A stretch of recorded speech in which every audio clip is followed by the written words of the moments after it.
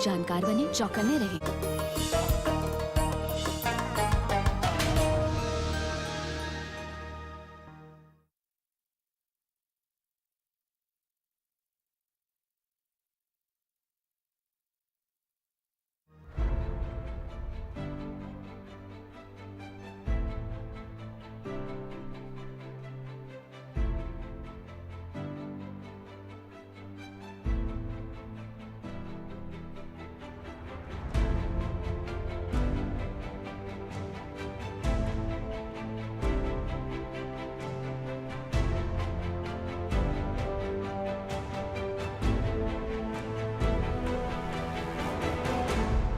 नाज़रीन आदाब, इस्तकबाल है आपका हमारे इस खास प्रोग्राम में जिसका नाम है अपना मुल्क अपना आइन, और मैं हूं आपका मेज़बान मोहम्मद नोमान। आज की इस खास पेशकश में हम बात करेंगे कॉपीराइट कानून की। बहुत कम लोगों को ये मालूम होगा कि अपने आइन के तहत हर शहरी का एक बुनियादी फर्ज ये भी है कि वो अपने आइन को जाने, समझे और उसका एहतराम भी करे। हम सब जानते हैं कि अपने मुल्क हिंदुस्तान का आइन दुनिया का सबसे तवील आइन है। इसके मुकाबले दुनिया के किसी भी मुल्क का आइन बहुत छोटा सा लगेगा। पार्लियामानी डेमोक्रेसी की मां समझे जाने वाले देश ब्रिटेन का तो कोई लिखित आइन है ही नहीं। इन हालात में हर हिंदुस्तानी से ये तवक्को करना कि उसे अपना आइन की जानकारी हो और वो उसका एहतराम करे एक मुश्किल और पेचीदा मामला लगता है। इतना तवील आइन तैयार करते वक्त कितनी मुश्किलात पेश आई। हिंदुस्तान में इतने मुख्तलिफ फिरकों, जुबानों, खान पान की मुख्तलिफ आदतों और रिवाजों के बावजूद हिंदुस्तान आज एक कामयाब जमहूरियत है और इस पर हर हिंदुस्तानी नाज करता है। हिंदुस्तान सिर्फ बर्रे सगीर की ही सबसे कामयाब जमहूरियत नहीं है, बल्कि आज हिंदुस्तान की पहचान दुनिया की सबसे बड़ी जमहूरियत की शक्ल में भी है। आज के इस खास एपिसोड में जानते हैं अपने मुल्क के आइन की इन्हीं खुसूसियात के बारे में। आज के इस दौर में इस कानून का जानना और समझना हम सभी के लिए बहुत ज़रूरी है। इसलिए आज की इस पेशकश में कॉपीराइट की तारीख, उसकी आईनी हैसियत और उसके कमर्शियल और क्रिएटिव एस्पेक्ट पर हम गुफ्तगू करेंगे। इस मौजू पर बात करने के लिए आज हमारे साथ स्टूडियो में मौजूद हैं दो खास मेहमान। हमारे साथ हैं दिल्ली हाई कोर्ट के मारूफ वकील जनाब कार्तिकेय यादव साहब, और हमारे दूसरे खास मेहमान हैं DME मीडिया स्कूल के डीन प्रोफेसर जनाब अमरीश सक्सेना साहब। आप दोनों का आज की इस खास पेशकश में बहुत बहुत इस्तकबाल है। जब हम कॉपीराइट की बात करते हैं सक्सेना सर, आखिर क्या है कॉपीराइट और दुनिया में इसकी ज़रूरत कब पेश आई? देखिए, जो कॉपीराइट की अगर हम बात करें तो जैसा कि उसके नाम से ही क्लियर है कि आपकी जो क्रिएटिविटी है उस पर आपका राइट है। लेकिन इस पूरे कानून को समझने के लिए हमें थोड़ा सा और इसको वृहद रूप में समझने की ज़रूरत है। बेसिकली जो हम इंटेलेक्चुअल प्रॉपर्टी की बात करते हैं तो इंटेलेक्चुअल प्रॉपर्टी राइट का ही एक हिस्सा है कॉपीराइट। और इंटेलेक्चुअल प्रॉपर्टी राइट में बहुत तरह के राइट आ जाते हैं, जिसमें पेटेंट भी आ जाता है, जिसमें ट्रेडमार्क भी आ जाता है, जिसमें कॉपीराइट भी आ जाता है। और इसका जो स्वरूप है वो सिर्फ एक देश तक सीमित नहीं है। एक अंतर्राष्ट्रीय परिदृश्य में देखें तो हम ये देखते हैं कि ये कानून लगभग सभी देशों में हैं। और जब इन सारी चीज़ों के बारे में एक सहमति बनने की शुरुआत पूरी दुनिया में हुई, जहाँ भी डेमोक्रेसीज़ आई, जहाँ पे कॉन्स्टिट्यूशनल डेमोक्रेसीज़ आई दुनिया में, और जहाँ कानून बनने की शुरुआत हुई, तो ये माना गया कि इंटेलेक्चुअल प्रॉपर्टी राइट होना चाहिए। जो कि इंटेलेक्चुअल प्रॉपर्टी अगेन जो उसके नाम से ही क्लियर है कि आप अपने इंटेलेक्ट से सोच के जो भी क्रिएटिव काम करते हैं, जो भी नया काम करते हैं, उस पे आपका राइट है। तो इसको लेके अंतर्राष्ट्रीय स्तर पर वार्ताओं का दौर चला। काफ़ी राउंड की बातचीत के बाद WTO जैसे संगठन की स्थापना हुई, वर्ल्ड ट्रेड ऑर्गेनाइजेशन की स्थापना हुई, जो कि आपके ट्रेड से रिलेटेड राइट्स की बात करता है या और ट्रेडमार्क की बात करता है, पेटेंट्स की बात करता है। क्योंकि ये सारे अधिकार ऐसे हैं, जैसे हम पेटेंट की बात करें, ये अधिकार ऐसे हैं जो किसी एक देश तक लिमिटेड नहीं है। तो एक देश में भी अगर वायलेशन होता है तो उसका असर दूसरे देश में पड़ता है। तो इसलिए ज़्यादातर देशों ने जो ये कानून बनाए हैं उनमें काफ़ी हद तक एक जो बेसिक बेंचमार्किंग कहें तो काफ़ी हद तक बेसिक्स की समानता है।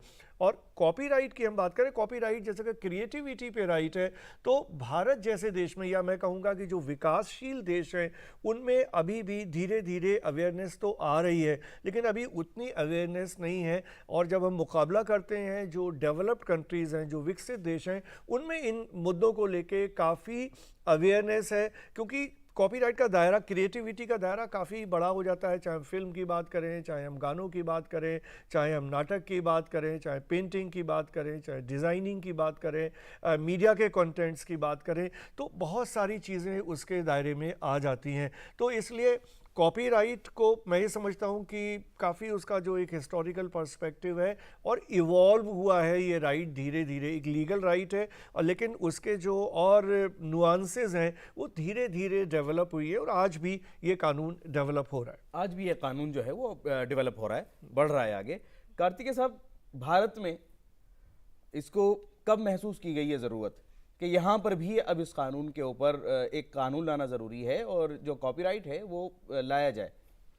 जैसे कि सर ने जिक्र किया, मैं उस सर की बात को आगे ले जाता हूँ और लीगल पर्सपेक्टिव से आपको इसको बताता हूँ कि जैसे कॉपीराइट एक इंटेलेक्चुअल प्रॉपर्टी राइट है, उसमें अब सभी लोगों को सिर्फ और सिर्फ एक फिज़िकल प्रॉपर्टी पे राइट नहीं, बल्कि एक इमूवेबल प्रॉपर्टी और मूवेबल प्रॉपर्टी, इंटेलेक्चुअल प्रॉपर्टी, सभी पे राइट्स देने के लिए इंडियन लेजिस्लेचर ने कानून बनाए हैं।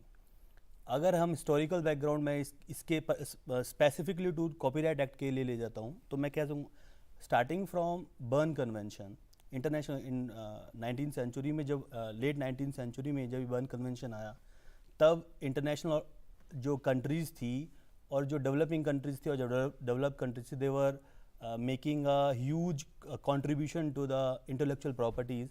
So वो बर्न कन्वेंशन के बाद फिर then we have this 1911 copyright of passed by the British Parliament, then we have 1914 passed by the Indian legislature, then we have 1957 this copyright which we have now is passed by the independent Indian Parliament. So उसके बाद जो फिर basic, जैसे sir ने बोला कि एक threshold, एक बेसिक एक क्राइटेरिया बनाया गया, एक मिनिमम स्टैंडर्ड्स बनाए गए, वो जिसकी हम बात करते हैं 1995 trips agreement, trade related intellectual property rights का जो एग्रीमेंट बनाया, उसकी वजह से सब कुछ जो मिनिमम थ्रेशोल्ड जो इंटरनेशनल ऑर्गेनाइजेशंस ने एक बैठकर, एक कंट्रीज़ ने बैठकर जो मिनिमम थ्रेशोल्ड बनाया कि इससे नीचे स्टैंडर्ड नहीं आएगा, तो वो उन्होंने वहाँ पर बनाए। वहाँ से ये इंडियन का जो ये कॉपीराइट एक्ट है, ये वहाँ से और डेवलपिंग होने लग गया, मतलब आगे बढ़ा है। हाँ जी, वहाँ से आगे बढ़ा। जैसे आपने कहा कि आज़ाद हिंदुस्तान की पार्लियामेंट ने सन 1957 में इसको बनाया, क्या इसकी ख़ास बातें हैं? क्या मुख्य जो हम बिंदुओं की अगर बात करें तो वो क्या हैं? इसमें कॉपीराइट एक्ट में सबसे मेन सेक्शन 13 है, जो बताता है कि आपको कॉपीराइट किस कैटेगरीज में आपको ले सकते हो, जैसे कि literary works, original literary works, dramatic works, cinematograph, sound recordings.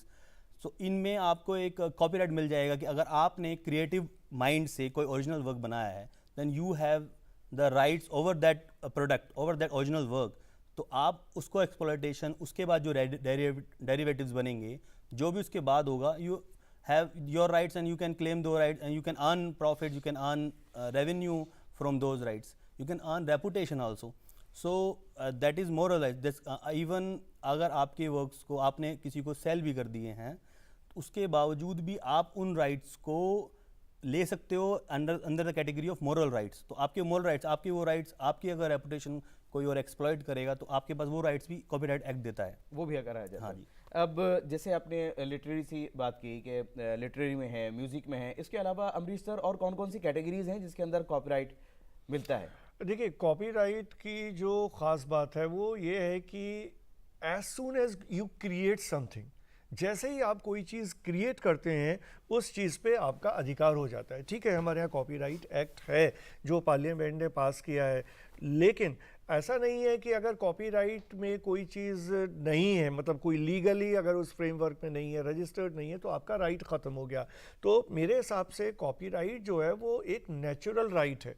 कहने का मतलब ये कि सपोज़ मैं कवि हूँ और कविता लिखता हूँ, मेरे पास मेरी नोटबुक है, मैंने उसमें अभी बैठ के एक कविता लिख दी और वो नोटबुक मैंने बंद करके रख दी। जी। अब सपोज़ कभी किसी के हाथ में मेरी नोटबुक लग गई और उसने वो कविता उठाई और अपने नाम से छपवा दी, जी। तो वो कॉपीराइट का वायलेशन हो गया। भले ही मैंने अपने घर में बैठ के अपनी नोटबुक में कविता लिखी थी, मैंने उस पर कॉपीराइट कभी क्लेम नहीं किया, कभी रजिस्ट्रेशन नहीं कराया। तो ये जो कॉपीराइट है ये लीगल राइट के साथ साथ नेचुरल राइट है।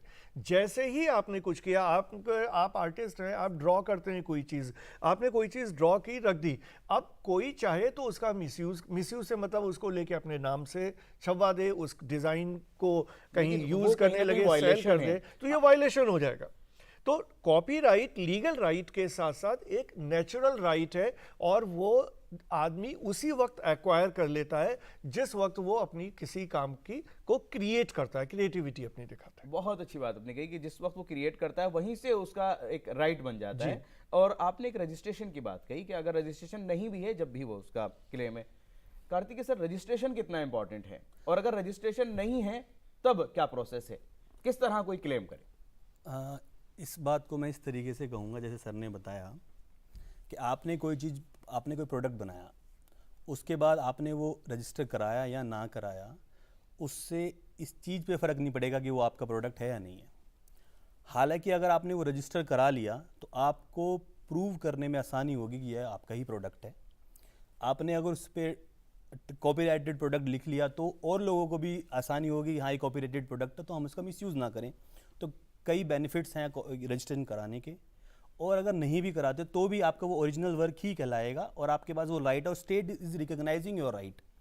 अगर स्टेट आपकी राइट को रिकॉग्नाइज करता है, state has come to this picture of this private rights, क्योंकि स्टेट का मेन रोल पब्लिक राइट्स को इन्फोर्स कराना है, लेकिन प्राइवेट में भी घुस के कराता है because that is needed, that is the need of the hour. Literature में कहाँ कहाँ कॉपीराइट का मसला आता है? नहीं, लिटरेचर में सभी जगह है। जैसे कि अब मैं अगर इसको और इस बात को थोड़ा सा और आगे बढ़ाऊं, जैसे कि अगर मैंने कुछ लिखा, मैंने कोई बुक लिखी, पब्लिशर से मैंने उसको छपवाया, अब मेरे और पब्लिशर के बीच में किस तरह का अरेंजमेंट हुआ है, क्या मैंने उसको रॉयल्टी बेसिस पे किया है या मैंने इस तरह से किया है कि कॉपीराइट मेरा ही रहेगा, 5 साल तक वो छाप सकता है।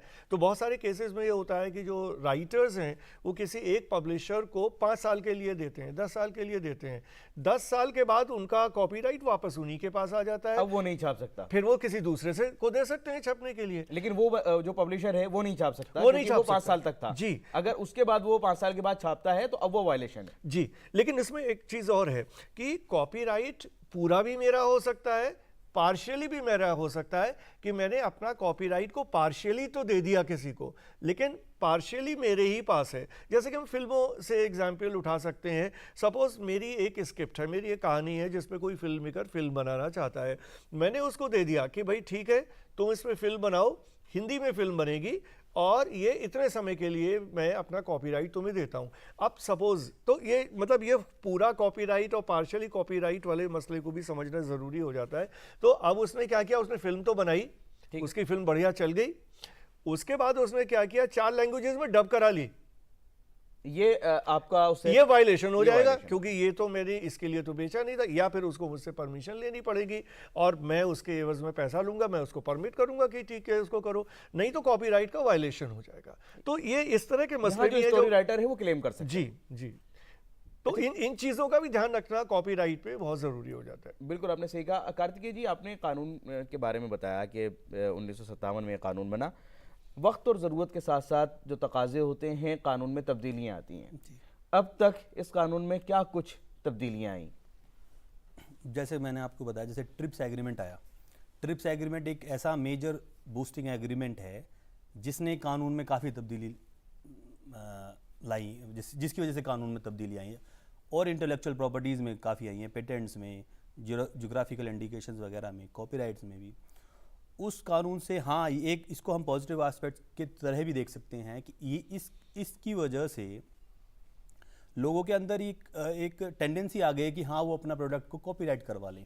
जैसे सर ने जिक्र करा कि हाँ यह आपके पास बिल्कुल राइट है, पर आप अगर कॉपीराइट नहीं करवाते तो आपको बहुत मुसीबत बढ़ सकती है। लाइक जैसे मैं आपके व्यूअर्स को कहना चाहता हूँ, अगर आपके पास कोई ओरिजिनल प्रोडक्ट है तो उसको कॉपीराइट करा लीजिए, अगर वो अच्छा प्रोडक्ट है और आपको पता है कि वो एक्सप्लॉइट हो सकता है इन नियर फ्यूचर, तो कॉपीराइट उससे क्या है कि आपकी बहुत ज़्यादा परेशानी जो है सॉल्व हो जाएगी पहले ही, आगे ना वो एक्सप्लॉइट हो, आगे कोई अननेसेसरी एक्सप्लॉइट ना कर ले। तो आपकी जैसे कि हमारे प्रोफेसर मनोज कुमार सिन्हा है, शिव कुमार बोलते हैं, सर बताते हैं कि जैसे हमारा ये कॉपीराइट अब से नया नहीं है, ये पता नहीं कब से है, इसकी यूज़ और जो इसके ऊपर हम डिस्कशन कर रहे हो अब स्टार्ट हुआ है, जब ट्रिप्स एग्रीमेंट के बाद ही स्टार्ट हुआ है। तब पहले किसी ने इंडिया में इतना एक्सप्लॉइटेशन, क्यों अब क्या है कि ग्लोबलाइजेशन की वजह से लोग व्यूज़ को एक्सचेंज करते हैं, बनाते हैं। हाल copyright is not for the ideas, आप आइडियाज़ पे कॉपीराइट नहीं ले सकते हो, कोई भी आइडियाज़।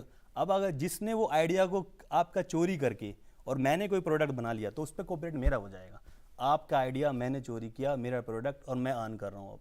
तो इससे कैसे बचा जाए? इससे ऐसे ही मैंने आपको बताया ना, अगर आपने आपका ही आइडिया है, अब पहली बात तो ये अवेयरनेस वेरी इंपॉर्टेंट कि आपका कोई आइडिया है, आपके ऊपर अवेयरनेस के लिए प्रोग्राम कर रहे हैं। हाँ, तो मैं जैसे आपके व्यूअर्स को ये बताऊंगा कि जो चीज़ फाइनेंशियल एंड मॉनिटरी वे से एक्सप्लॉइट की जा सकती है उस पे आदमी का पूरा हक है, उसको समझना चाहिए कि हाँ ये कोई इस तरीके से यूज़ कर लेगा मेरी राइट को, तो उसको ओब्वियसली बिवेयर होना चाहिए पहले की पहले, यस, कि भाई अवेयर हो जाना चाहिए। इसका प्रोसेस क्या रहता है कि अगर आपने कहा कि जैसे किसी के पास कोई प्रोडक्ट है तो सबसे पहले उसको वो कॉपीराइट करवा ले, कैसे करवाए?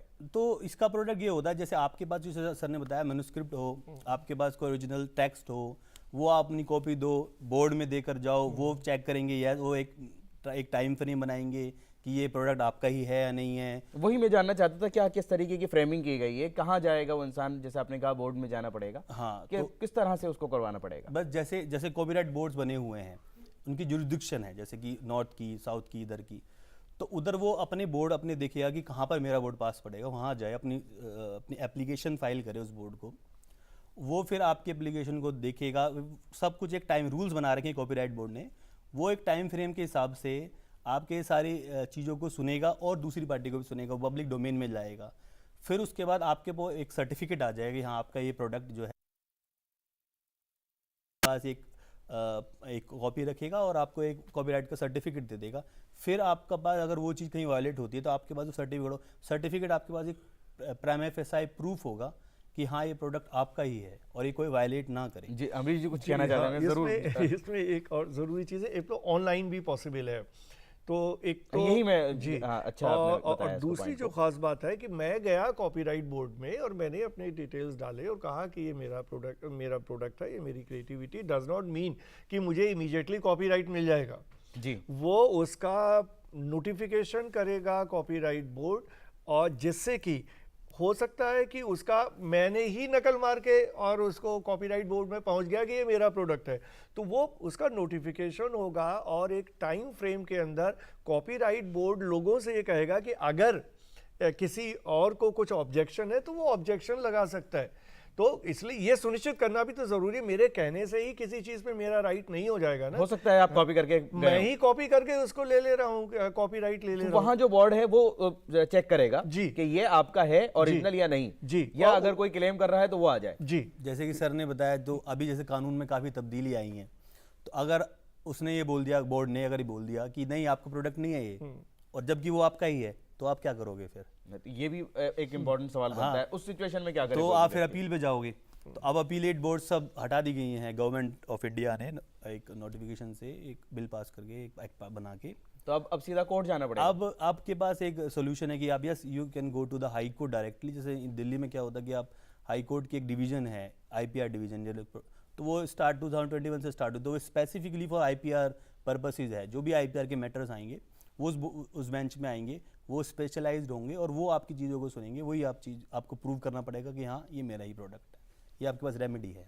यानी जिसका भी प्रोडक्ट है सबसे पहली जिम्मेदारी उसी की बनती है कि वो ये प्रूव करे कि ये उसका प्रोडक्ट है। जी और सामने वाले ने उससे कुछ अपना फायदा हासिल करा है, क्या फायदा हासिल करा है, ये भी उसी को प्रूव करना पड़ेगा। जी बिल्कुल। हाँ जी, अगर ये हम इस तरीके से इसको हम बोल सकते हैं, प्रेजेंट कर सकते हैं कि अगर किसी ने हमारी कॉपीराइटेड प्रॉपर्टी वायलेट कर चुका है कोई, और उसने उस चीज़ से कोई फाइनेंशियल बेनिफिट उठा चुका है, तो उस फाइनेंशियल बेनिफिट पे ऑब्वियसली वो हमारा ही अधिकार होगा, क्योंकि वो प्रोडक्ट तो हमारा है।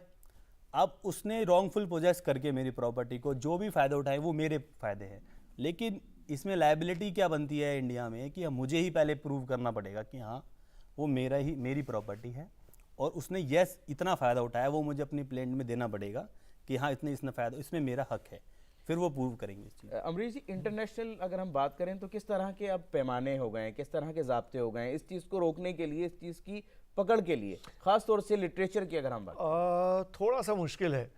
कॉपीराइट वैसे भी कॉपीराइट को एनफोर्स करना थोड़ा सा मुश्किल कानून है, क्योंकि उतना सीधा सिंपल कानून नहीं है जिस तरह से और कानून होते हैं।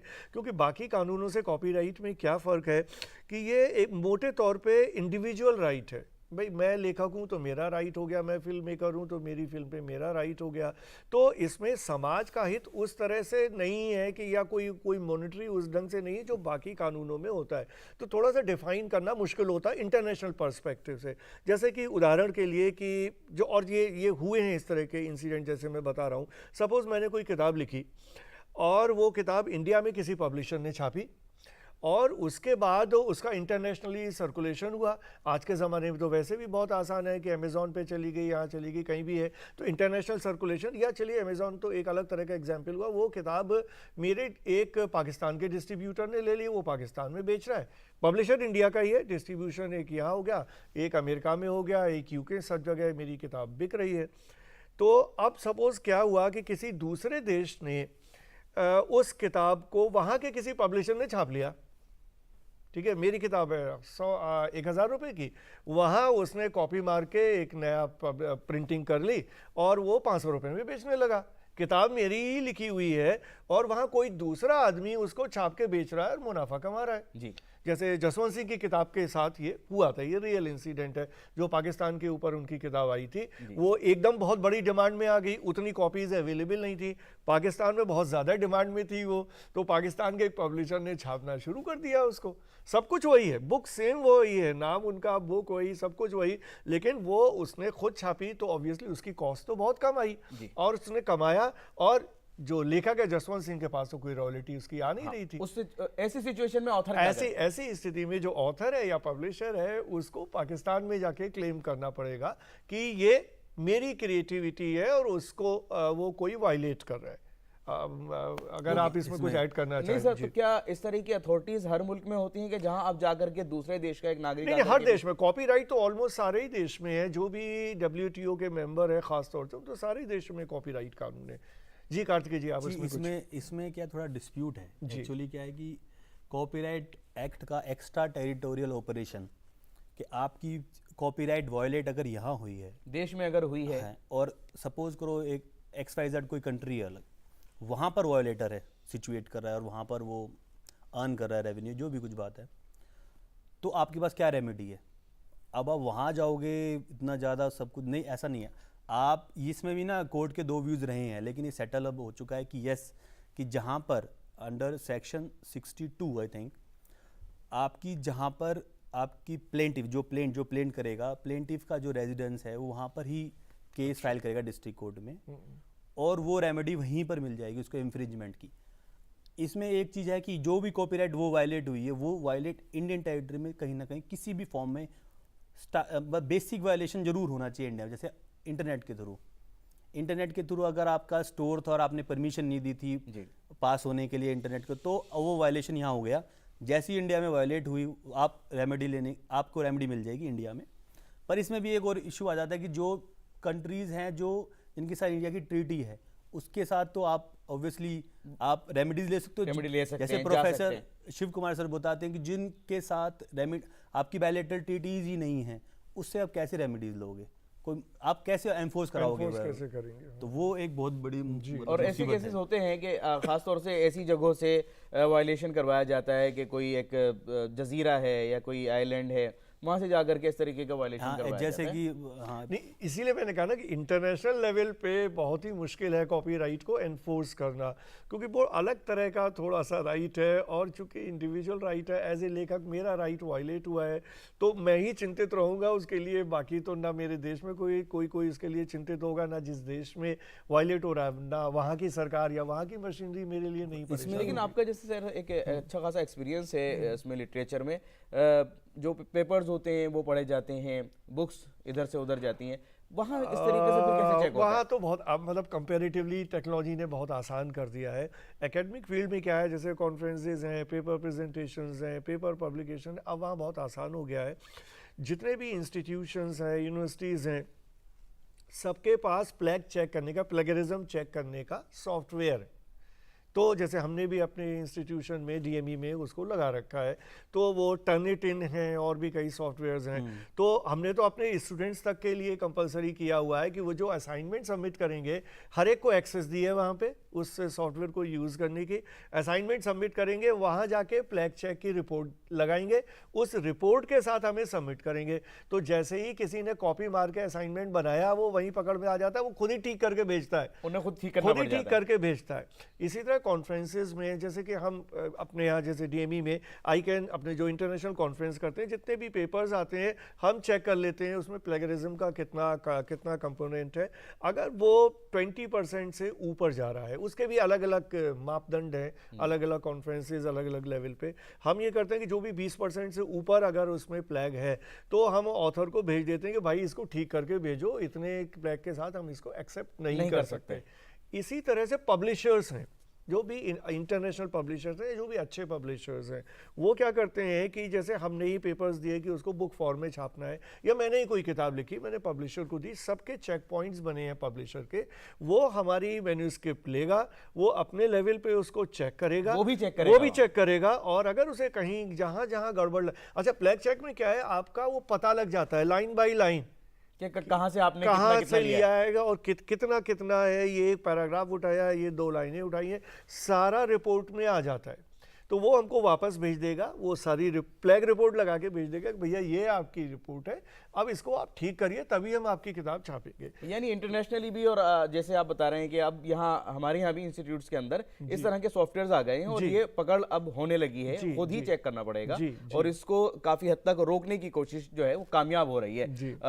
बहुत सारी बातें हैं इस कानून के ऊपर जो करनी है, लेकिन वक्त की हमारे पास कमी है, तो आज की इस पेशकश को हमें यही मुकम्मल करना होगा। इसी मौजू के ऊपर मजीद गुफ्तगू करेंगे अगली पेशकश में। आज के इस प्रोग्राम को हम यही मुकम्मल करते हैं। दोनों मेहमानों का मैं बहुत शुक्रगुजार हूं कि आपने इस अहम मौजू के ऊपर रोशनी डाली। गोल्डी मीट मटन मसाले, जो आपके हाथ का मटन खाए जिंदगी भर आपका हो जाए। जहाँ जाए रिश्ते बनाए गोल्डी मसाले।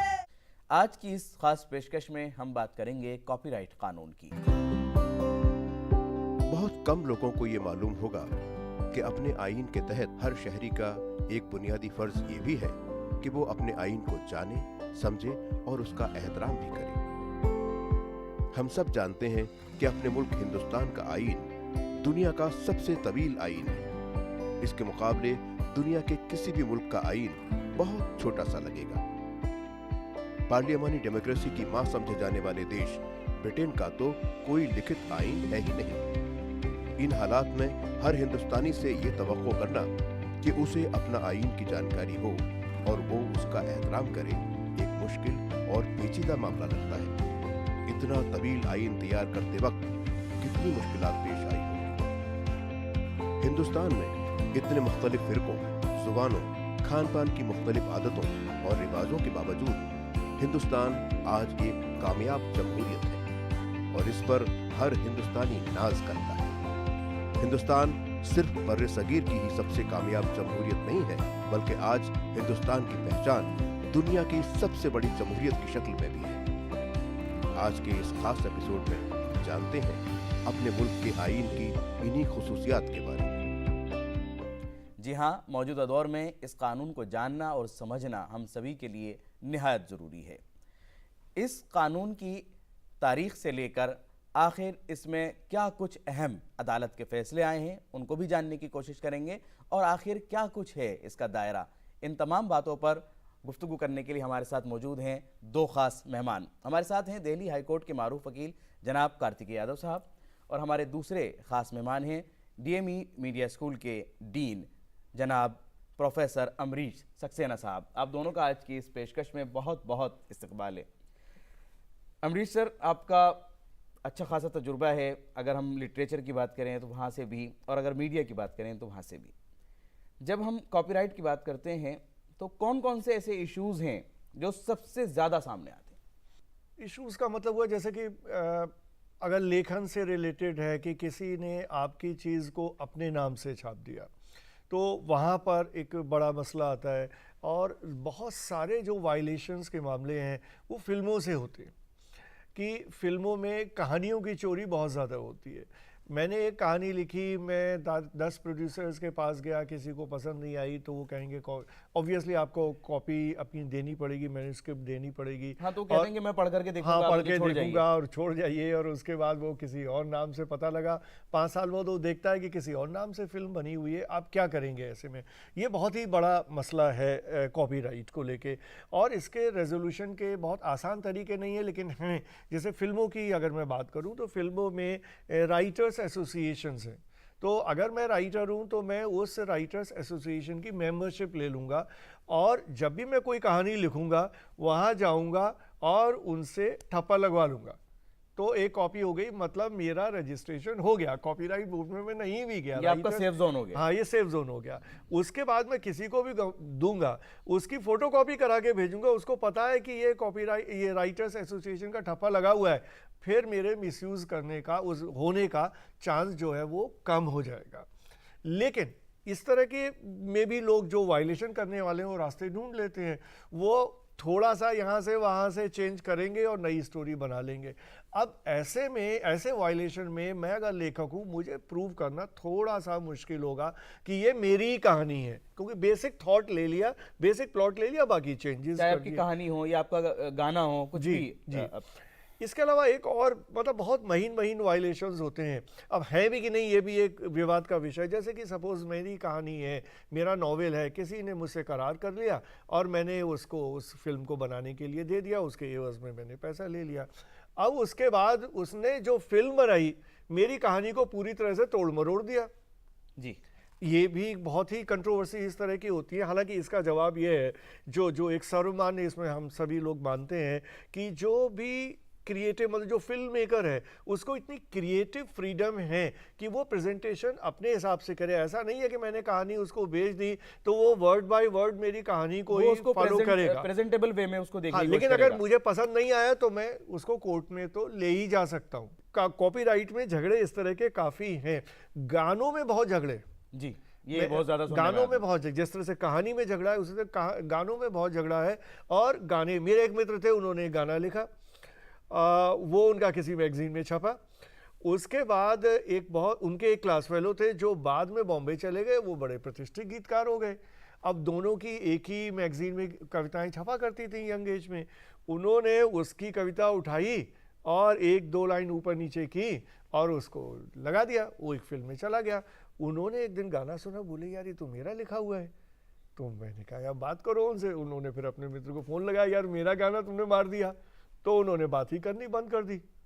अब यहाँ पे ये कि उनको कोर्ट में जाते, हालांकि वो बाद में आउट ऑफ कोर्ट, उन्होंने कोर्ट में ना जाएं तो कुछ पैसा पहुंचवा दिया, बात खत्म हो गई। सेटलमेंट तो हो गया। ये भी एक बड़ा मसला कि कॉपीराइट के मसले को डिसाइड करना बड़ा मुश्किल है, कहाँ वायलेशन है, कितना वायलेशन है। फिर कोर्ट में चला गया, कोर्ट के लिए भी सरदर्द है जी। कोर्ट के पास इतने पाइल अप केसेस होते हैं कि वो कॉपीराइट के मसले सुलझाएं कि उनके हिसाब से उससे ज्यादा जरूरी मसले हैं कि वो कोर्ट के मामले पर कार्तिकेय जी से जवाब देना चाहूंगा कि ये जितने केसेस वहां पहुंचते हैं, इसके अंदर किस तरह का निपटारा होता है? क्या जितना सामने वाला अपना मुआवजा मांग रहा है, क्या उतना ही मिलेगा, उससे कम मिलेगा, या कोर्ट ने कुछ पैमाना तय किया है? नहीं, केसेस जैसे सर ने बताया कि केसेस पहुंचते हैं कोर्ट में, तो कोर्ट तो देखो सभी केसेस को एक जैसा रखती है, पर यह है कई केसेस ऐसे होते हैं जिनकी रेमेडीज़ उनको बहुत जल्दी प्रोवाइड करनी होती है, जिनकी रेमेडीज़ वो ऐसा है कि उनको रेमेडीज़ अगर नहीं मिली तो उनके साथ बहुत ज़्यादा इर्रेपरेबल लॉस हो जाएगा। तो कई कॉपीराइट्स एक्ट में इंजंक्शन लगवा दी जाती है स्टार्टिंग में ही। आपका सूट जो है पूरा नहीं चला, पहले ही आपने इंजंक्शन लगवा दी कि ये कॉपीराइट मटेरियल मेरा है। जब तक केस पूरा नहीं सुना जाता तब तक ये कॉपीराइट ये मटेरियल ना तो बिकेगा ना इसकी कोई कॉपीज बनेगी। जैसे कार्तिकेय जी ने कहा, यहाँ पे मैं एक लाइन ऐड करना, जैसे फिल्मों में आपने अक्सर देखा होगा कि क्या होता है, अगर मैंने केस फाइल कर दिया कॉपीराइट को लेके तो कोर्ट कह देगा कि जब तक मसला नहीं सुलझेगा फिल्म नहीं रिलीज होगी। जी। तो फिल्म फंस गई उसकी, फिल्म फंस गई तो वो पैसा मेरे पास पहुंचा देगा, आउट ऑफ कोर्ट हो जाएगा सेटलमेंट, तो ठीक है, नहीं तो उसकी फिल्म रिलीज ही नहीं होगी। हाँ, लेकिन ये सेटल करने का भी एक तरीका है कि वहां से स्टे मिल जाए इसके ऊपर और ये रुक जाए और ताकि ये सेटलमेंट हो और जाए। फिर ये सभी के साथ नहीं होता, क्योंकि इसमें टेम्परेरी इंजंक्शन में आपको 3 चीज़ प्रूव करनी पड़ती है कि बैलेंस ऑफ कन्वीनियंस किसके साथ है, इरेपरेबल लॉस है या नहीं है, प्राइम एफएसआई केस आपका बन रहा है या नहीं बन रहा। तो ये सभी के साथ नहीं है। जिनके पास बैटरी ऑफ लॉयर्स हैं वो तो ऑब्वियसली इसको कर लेंगे, लेकिन जो इतना वेल वर्स नहीं है वो कैसे इसको आगे बढ़ाएगा। तो ये कुछ लिमिटेशंस हैं जुडिशियल प्रोसेस ऑफ इंडिया की, तो वो चीज़ उन चीज़ों को लेकिन फिर भी ओवरकम करने, जैसे दिल्ली हाई कोर्ट ने, अब मैंने बताया आपको, दिल्ली हाई कोर्ट ने तो स्पेशल एक डिवीजन ही बना दिया इंटेलेक्चुअल प्रॉपर्टी, क्योंकि ये नीड ऑफ द आवर है कि अब इन चीज़ों पे हमें रोक लगाना पड़ेगा, क्योंकि ये इंडियन इकोनॉमी के लिए बहुत ज़रूरी है। फिल्म्स देखो आप, 100 करोड़ की, 200 करोड़ की, 300 करोड़ की फिल्म बन रही हैं, अगर वो कॉपीराइट इंफ्रिंज होगा तो उसके बाद लोग ना बनाएंगे, अपनी क्रिएटिविटी ना निकालेंगे इस डर से कि कहीं कोई कि कॉपी मेरा ना कर ले और मुझे कुछ नहीं मिलेगा, और मुझे कुछ नहीं मिलेगा, तो मैं ऐसा क्यों करूं, मैं अपना कंट्रीब्यूशन क्यों दूं, मैं अपने लोगों को दिखाऊंगा, लोकल लेवल पे दिखाऊंगा, इंडियन नेशनल लेवल पे नहीं दिखाऊंगा इस चीज़ को। कार्तिक जी, एक चीज़ और भी होती है कि जहां हम देखते हैं कि एक किताब है, महंगी है, लेकिन स्टूडेंट्स के लिए उसका फ़ायदा है, वो उसको ख़रीद नहीं सकते। वो क्या करते हैं कि वो किसी दुकान के पर जाते हैं और वहाँ से वो उसकी फ़ोटोकॉपी करवा लेते हैं, और वो फ़ोटोकॉपी वाला उनकी फ़ोटोकॉपी करके वो दे देता है। अब यहाँ ऑथर के लिए परेशानी है कि मेरी जो किताब 1000 रुपये की बिक रही थी, वो तो वहाँ फोटोस्टेट के पैसे दे करके वो ले जाता है, फ़ोटोकॉपी करवा लेता है। यहाँ कॉपीराइट के मसले में क्या होगा इसमें? ये बहुत अच्छा इशू आपने निकाल के लाए हो। तो इसमें क्या है कि इंडिया लेवल पे देखा जाए तो कॉपीराइट एक्ट एक प्रोविजन की बात करता है, गोल्डी मीट मटन मसाले, जो आपके हाथ का मटन खाए जिंदगी भर आपका हो जाए। जहाँ जाए रिश्ते बनाए गोल्डी मसाले। जिसे कहते हैं fair use fair dealing policy. और इस पे एक दिल्ली हाई कोर्ट का जजमेंट है जो कि काफ़ी लैंडमार्क जजमेंट है, कोर्ट भी करा जाता है, साइट भी किया जाता है, जिसका नाम है रामेश्वरी जजमेंट। उसमें क्या हुआ था कि दिल्ली हाई कोर्ट ने यही बोला था कि अगर बच्चे कॉपीराइट कर रहे हैं, कॉपीराइट का वायलेशन कर रहे हैं for the purpose of education, तो आप ये नहीं बोलोगे कि 10% आपने वायलेट किया, 100% वायलेट किया। इवन आप 100% कॉपीराइट वायलेट कर सकते हो फॉर द फेयर यूज़, अपने पढ़ाई के लिए, बच्चे पढ़ाई के लिए इंस्ट्रक्टर यूज़ कर सकता है, फोटोकॉपी ले आएगा वो इंस्ट्रक्ट करने के लिए। ये प्रोविज़न ये इंडियन कॉपीराइट एक्ट देता है, प्रोवाइड करता है कि आप फेयरली आप इस चीज़ को यूज़ कर सकते हो। हाँ, लेकिन इसमें एक और मसला इसके साथ जुड़ा हुआ है, जो आप जजमेंट कह रहे हैं, जो आया था और इस पर काफ़ी कंट्रोवर्सी भी हुई थी। मैंने 5 साल लगा के एक किताब लिखी और उसके बाद वो किताब तो बिक नहीं रही है, सारे लोग उसकी फ़ोटोकॉपी करा के पढ़ रहे हैं। और फेयर यूज़ भी ठीक है, मैं भी मानता हूँ फेयर यूज़ होना चाहिए भाई, एजुकेशन के पर्पज़ से चीज़ें इस्तेमाल हुई। लेकिन मेरी उस 5 साल की मेहनत का क्या हुआ, और जिस पब्लिशर ने छापी उसने जो अपना इन्वेस्टमेंट किया उसका क्या हुआ।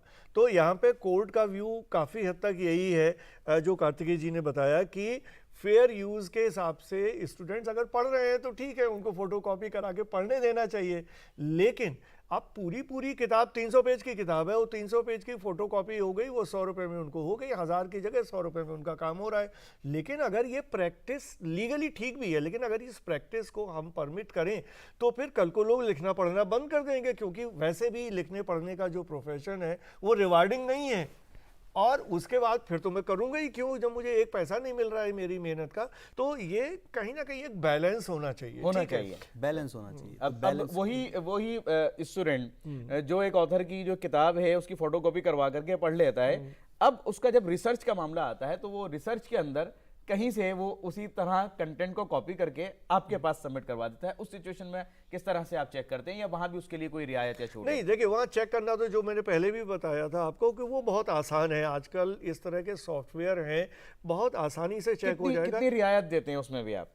नहीं, उसमें तो रियायत का कोई मतलब ही नहीं है, रियायत देनी भी नहीं चाहिए क्योंकि ये गलत प्रैक्टिस है। लेकिन हाँ, मैं अपनी तरफ से एक चीज़ यहाँ ऐड करना चाहूँगा कि टेक्नोलॉजी की वजह से एकेडमिक फील्ड में ख़ासतौर से क्या हो रहा है कि चीज़ों को अब पकड़ना आसान हो गया। जैसे 2 उदाहरण मैं आपको यहाँ पे देना चाहूँगा।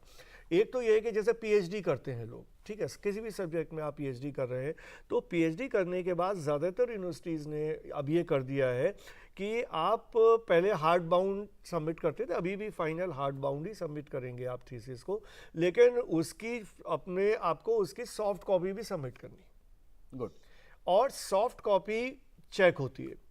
तो आप पकड़े जाएंगे। अगर आपने उसमें कुछ भी कॉपी पेस्ट मारा है तो बचने का चांस कम है। ऑलमोस्ट सारी यूनिवर्सिटीज़ ने इसको कर दिया है। तो टेक्नोलॉजी की वजह से एक कॉपीराइट के जो वायलेशंस हैं वो एक तरह से कम हो और गए। एक तरीके से वो डेटा बैंक में भी चला जाएगा जी, जो उसमें सॉफ्ट जी, कॉपी बच्चे ने जमा करवाई जी, है। तो वो एक तो ये है, एक तो ये यूनिवर्सिटीज़ अपने लेवल पे, हर यूनिवर्सिटी अपने लेवल पे करती। दूसरा, आपको पीएचडी अगर अवार्ड भी हो गई, आप वहाँ से भी निकल गए समाऊ, या किसी यूनिवर्सिटी में उस तरह की व्यवस्था नहीं है और आपको पीएचडी अवार्ड हो गई, उसके बाद यूजीसी ने ये किया हुआ है कि जिसको भी पीएचडी अवार्ड होगी वो थीसिस सबमिट करेगा और शोध गंगा वहाँ पे है, वहाँ पे वो थीसिस आपकी अपलोड हो जाएगी।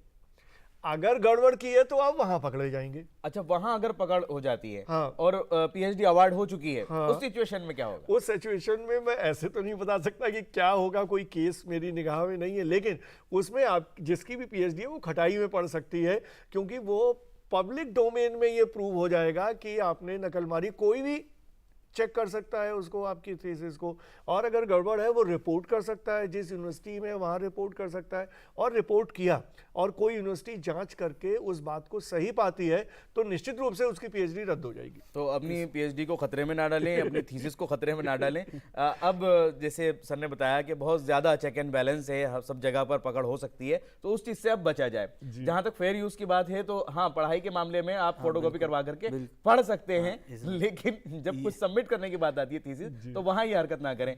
इसके अलावा जब हम आते हैं मीडिया में या म्यूजिक की बात होती है, तो ये कहा जाता है कि एक लंबे अरसे के बाद जो भी म्यूजिक है वो क्या नाम है, उसके ऊपर राइट नहीं रहता। कितना लंबा समय है कार्तिकेय जी वो कि इतने अरसे के बाद में वो म्यूजिक आप ले सकते हैं? मतलब 60 इयर्स जो इंडियन कॉपीराइट एक्ट बताता है, अमेंडेड हुआ है टू टाइम, तो अब आप 60 इयर्स पब्लिश, और कुछ प्रोविजंस हैं कि कहाँ से वो टाइम स्टार्ट होगा, कहाँ से मतलब वो टाइम एंड होगा, और उसके डेथ के बाद स्टार्ट होगा या विद इन लाइफ स्टार्ट होगा। तो according to the categories of your original product वो डिपेंड करता है।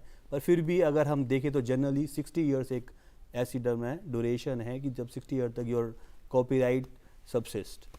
सर ये 60 ईयर जो हैं, ये 60 साल जो हैं, अगर हम किसी फिल्म की बात करें तो फिल्म के रिलीज होने के 60 साल? हाँ, रिलीज होने के। और बुक्स के मामले में भी है कि अगर कोई ऑथर की लाइफ टाइम में कॉपीराइट उसका है और उसकी डेथ के 60 इयर्स तक, अगर किसी को गुजरे हुए 60 साल हो गए, फिर वो पब्लिक डोमेन में। और यहाँ पे एक चीज़ मैं ऐड करना चाहूँगा कि कॉपीराइट ठीक है कि हर आदमी की एक इंटेलेक्चुअल प्रॉपर्टी राइट है, मेरी क्रिएटिविटी पे मेरा अधिकार है, लेकिन वो एब्सोल्यूट नहीं है, इन द सेंस कि मेरे अधिकार के साथ साथ उस मेरी क्रिएटिविटी पे समाज का भी अधिकार। इसीलिए कॉपीराइट को लिमिट किया गया है, एक मतलब ईयर्स में बांटा है, नहीं तो for all time to come मेरा कॉपीराइट होता। तो मेरी क्रिएटिविटी पे समाज का भी अधिकार है। और उसके पीछे जो बेसिक कॉन्सेप्ट है वो ये है कि जब भी मैं कोई चीज़ क्रिएट कर रहा हूँ, सपोज मैं कहानी लिख रहा हूँ, तो कहानी कहाँ से लिख रहा हूँ? कोई शून्य में, वैक्यूम में तो कहानी आ नहीं रही है। मैं लोगों से मिल रहा हूँ, बात कर रहा हूँ, कुछ मेरे अनुभव हो रहे हैं, कुछ लोग मेरे साथ अपने अनुभव साझा कर रहे हैं, उसके बाद मैंने एक कहानी लिखी। तो मेरी क्रिएटिविटी पे, मेरे काम पे समाज का भी अधिकार है।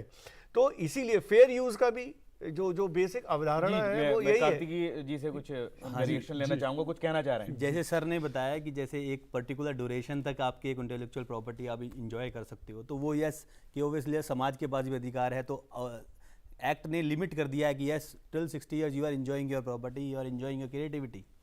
उसके बाद ना जो ये इसको कहते हैं टर्म, इंग्लिश टर्म में कि not prohibiting evergreening of your right.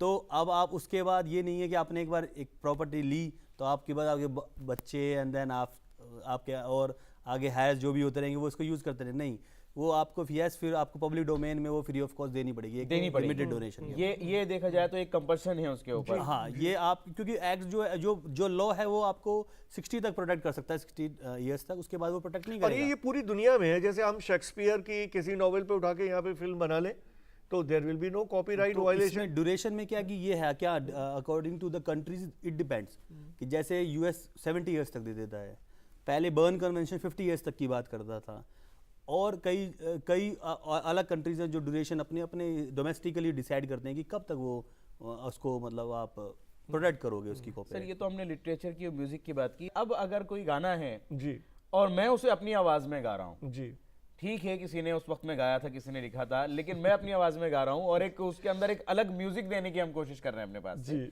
उसके बाद भी क्या कहीं से कॉपीराइट क्लेम मेरे आएगा? ख्याल में जी, कार्तिकेय जी इसका बेहतर जवाब देंगे। नहीं, इसके ऊपर तो देखो, इसके ऊपर तो जाएगा कि क्या कि आप किस पर्पज से उसको कर रहे हो, कौन सा गाना है, कितना टाइम पुराना वो सॉन्ग है, और आपने कितने कितने मतलब कितना एक्सप्लॉइट किया है उस गाने को, कैसे आपने वो परमिशन लेनी, तो ये तो आपको पूरे फैक्ट्स के बाद ही इस चीज़ पे मतलब बताई जा सकती है।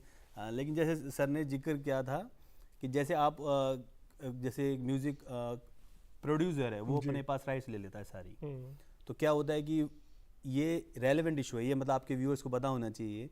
ये ऐसे it's also applies to the universities also, कि हम रिसर्च करवा, जैसे यूनिवर्सिटी रिसर्च करवाती है स्टूडेंट्स से कि आप रिसर्च करो, वो अपना 3 महीने 4 महीने रिसर्च करते हैं और कुछ एक प्रोडक्ट बनाते हैं, उस प्रोडक्ट पे फिर यूनिवर्सिटी का राइट हो जाता है, क्योंकि वो एकेडमिक रिसर्च हो गई। जब वो एकेडमिक रिसर्च की है तो आपने for the purpose of institute you are doing the research, तो एकेडमिक का राइट यहाँ अब वो सबमिट हो गई, तो वो अब यूनिवर्सिटी नहीं, यूनिवर्सिटी जी अमरीश जी। जी जी, मैं इस पे एक चीज़ और जोड़ना चाहूँगा कि इसको हम ऐसे समझें कि अगर मैं कहीं नौकरी कर रहा हूँ, सपोज़ मैं जर्नलिस्ट हूँ, किसी न्यूज़पेपर में काम कर रहा हूँ, मैं रिपोर्टर हूँ, मैं रिपोर्टिंग करता हूँ, तो बहुत सारी मेरी एक्सक्लूसिव रिपोर्ट होंगी, जो क्रेडिट मुझे ही जाता है, मेरी बाई लाइन भी छपती है, सब कुछ होता है। सपोज़ 5 साल के बाद मैंने नौकरी छोड़ दी उस अखबार में, और जो मेरी बाई लाइन पिछले 5 साल में छपी थी, जो मेरी एक्चुअल एक्सक्लूसिव स्टोरीज थी, जो आपने खुद की हैं, हाँ, जो मैंने खुद की हैं, उसको लेके मैंने एक बुक छाप दी या किसी भी तरह से मैंने उसको कॉमर्शियली एक्सप्लॉइट किया,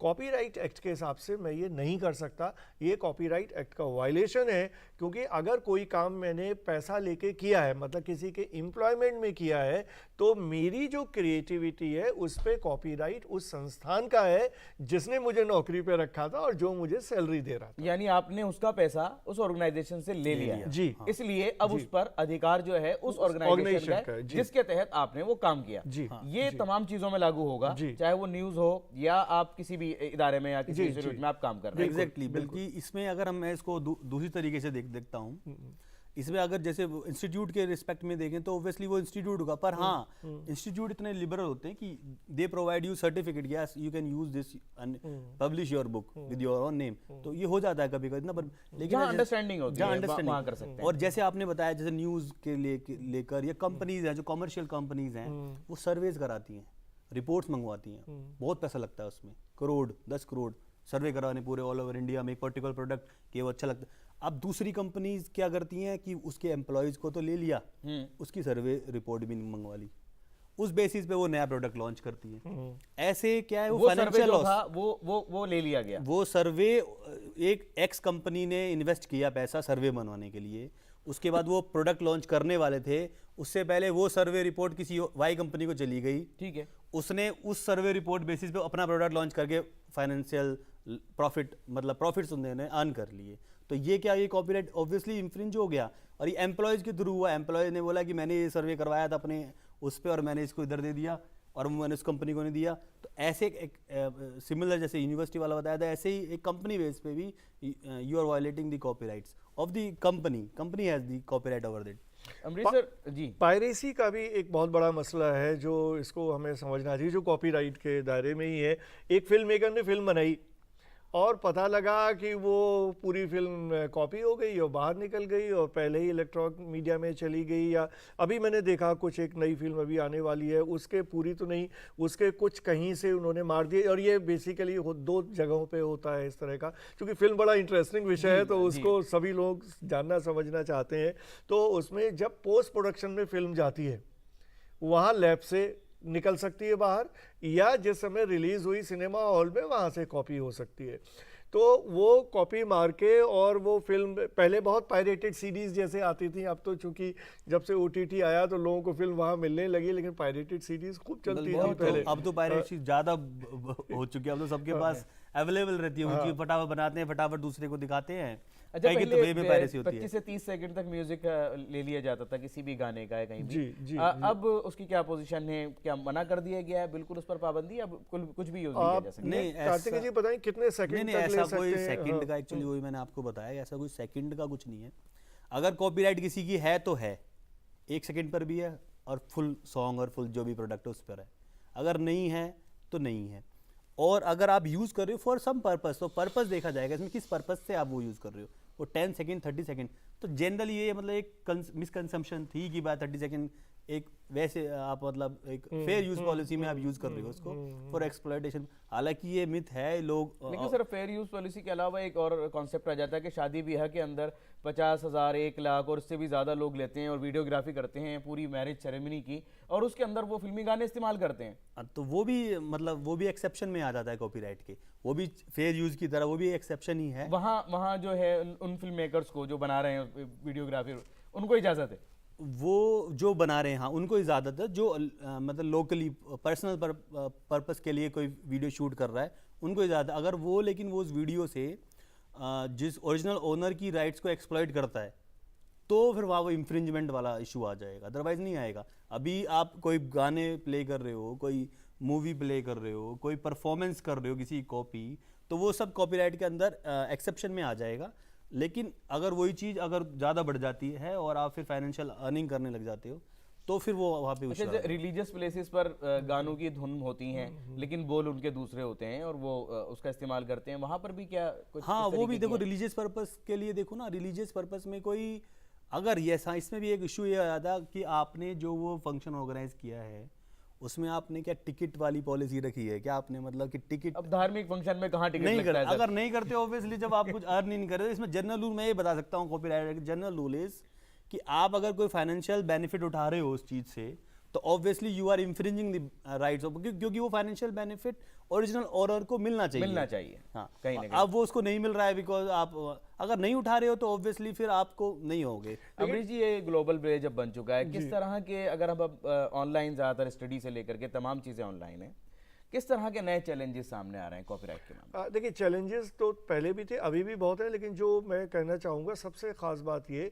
कि टेक्नोलॉजी ने चैलेंजेस को कम कर दिया है। क्योंकि जो हम प्रिंट के बारे में भी चाहे रिसर्च के बारे में बात कर रहे थे, चोरी आपकी पकड़ जाएगी कहीं ना कहीं अगर आप कर रहे हैं, मतलब कॉपीराइट की चोरी कर रहे हैं या वायलेशन कर रहे हैं।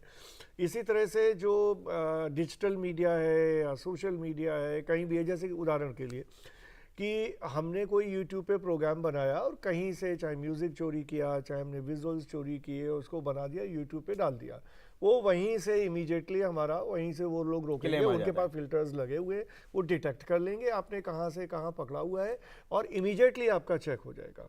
क्योंकि मेरे पास फर्स्ट हैंड एक्सपीरियंस भी है, क्योंकि हम अपने इंस्टीट्यूट में डीएवी में यूट्यूब बेस्ड चैनल चलाते हैं, तो कई बार उसमें सबसे अच्छा है कि वो फौरन क्लेम आता है और वो बताते हैं कि आपने इतने सेकंड से लेकर इतने सेकंड तक यूज किया है, तो इसको आप हटा लें जी। अच्छा, अब बहुत सारी जगहों पर ऐसा भी होता है कि वो क्लेम आने के बावजूद वो लोग उसको नहीं हटाते, तो ऐसी सिचुएशन में क्या होगा कि अब जो अर्निंग है उसका पार्ट ऑटोमेटिकली क्या रियल जो ऑनर एक चीज यहाँ पे जो अगर आपका वीडियो है वो ब्लॉक हो जाएगा, ब्लॉक भी हो जाएगा या वो ब्लॉक हो जाएगा, तो उस चीज का ख्याल इसमें लीगल पॉइंट से बताता हूँ।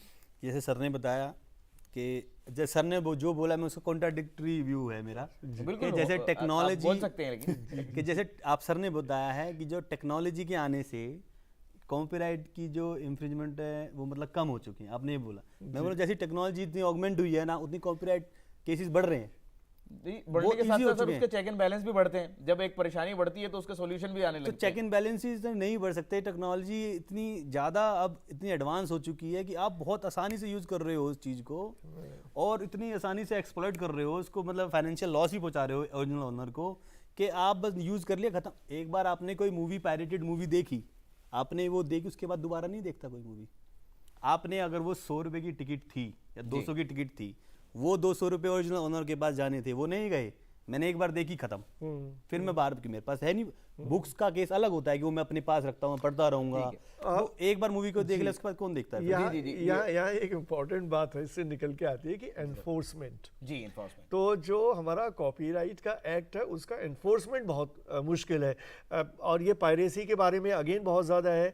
आप देखिए पालिका बाज़ार में सारी आपको पहले सीडीज़ और डीवीडीज़ मिल जाती थी, तो अब अगर उसको कैसे चेक किया जाए, क्योंकि पुलिस या जो भी हमारी enforcement machinery, law enforcement machinery है, उनके पास इतना समय नहीं होता या उनका ओरिएंटेशन वैसा नहीं होता कि वो जाके इन चीज़ों को चेक करें, अनलेस एंड अनटिल जिसकी फिल्म या जिसके काम को पायरेट किया गया है वो जाके पुलिस में केस करे, फिर भी पुलिस एक्शन नहीं लेगी, वो जब छापा मारेगी तभी पता लगेगा। तो जो कॉपीराइट एक्ट में सबसे बड़ा मसला है वो एनफोर्समेंट का है, और इसके लिए कोई अलग से एनफोर्समेंट एजेंसीज नहीं है। तो जिसका सामान चोरी हुआ उसको खुद ही सचेत रहना पड़ेगा कि मेरा सामान चोरी ना हो, मेरी इंटेलेक्चुअल प्रॉपर्टी चोरी नहीं हो, नहीं तो उसको बचाने का कोई रास्ता है नहीं। लेकिन अगरचे फिर भी उसके बावजूद भी कहीं चोरी हो जाता है तो कानून में पूरा प्रावधान है, पूरा निजाम है कि उसका राइट उसको मिलेगा, और जिसने भी चोरी किया है उसको जुर्माने का सामना जरूर करना पड़ सकता है। कार्तिकेय जी, बिल्कुल प्रोग्राम के आखिर में एक छोटा सा आपसे रिमार्क जरूर चाहूंगा। जैसे सर ने मैं वो एड ऑन करना चाहता हूँ, यस, कि आपके पास रेमेडीज हैं, आपके पास इसमें कॉपीराइट में दोनों रेमेडीज, सिविल भी हैं और क्रिमिनल भी है। स्टेट भी आपको प्रोसिक्यूट करेगा अगर आप कॉपीराइट वायलेट कर रहे हो, इवन आप खुद भी प्रोसिक्यूट कर सकते हो थ्रू सिविल सूट फाइल करके कि आपने, लेकिन आपको प्रूव करना पड़ेगा, स्टेट के पास जाना पड़ेगा। स्टेट के पास अपनी मशीनरी भी होती है, कॉपीराइट वायलेट अगर हो रही हैं तो एक वेल वर्स कॉपीराइट, जैसे अभी आज तक का वाला केस भी हुआ है, आपको पता होगा आज तक वाले केस में भी लोग ट्रेडमार्क एंड कॉपीराइट दोनों वायलेट हुए हैं। जो वीडियोस हैं वो आप किसी और की वीडियोस हो, किसी और कहीं और पब्लिश कर रहे हो, कहीं और ब्रॉडकास्ट कर रहे हो, उसका ट्रेडमार्क आज तक की जगह कोई और कर लिया आपने, आज तक कल तक समय तक इस तरीके रेमेडीज भी हैं और उसके साथ साथ कानून जो है वो अपना दायरा उसका बढ़ रहा है, और आपके लिए कहीं ना कहीं सहूलत ज़रूर है ताकि आपके साथ, आपके राइट्स के साथ, आपके कॉपीराइट के साथ कहीं कोई वायलेशन ना हो। आज की इस पेशकश में हमारी कोशिश थी कि इस कानून से मुताल्लिक तमाम बारीकियां आप तक पहुंचाई जाएं। उम्मीद है आपने आज के इस प्रोग्राम से ज़रूर सैर हासिल, गुफ्तगू जो यहाँ पर हुई उससे ज़रूर फ़ायदा हासिल किया होगा। मैं अपने दोनों मेहमानों का बहुत बहुत शुक्रगुजार हूँ कि आपने रोशनी डाली। आज की इस पेशकश को हम यही मुकम्मल करते हैं। हमारी इस पेशकश से मुताल्लिक आप भी अपने राय और मशवरे हमें ईमेल कर सकते हैं, सोशल मीडिया पर भी आप हमारे साथ जुड़ सकते हैं। आज की इस प्रोग्राम को यही मुकम्मल करने की हमें दे दीजिए इजाज़त। हम फिर हाजिर होंगे किसी नए और ख़ास मौजू के साथ, तब तक के लिए इजाज़त दीजिए। आदाब।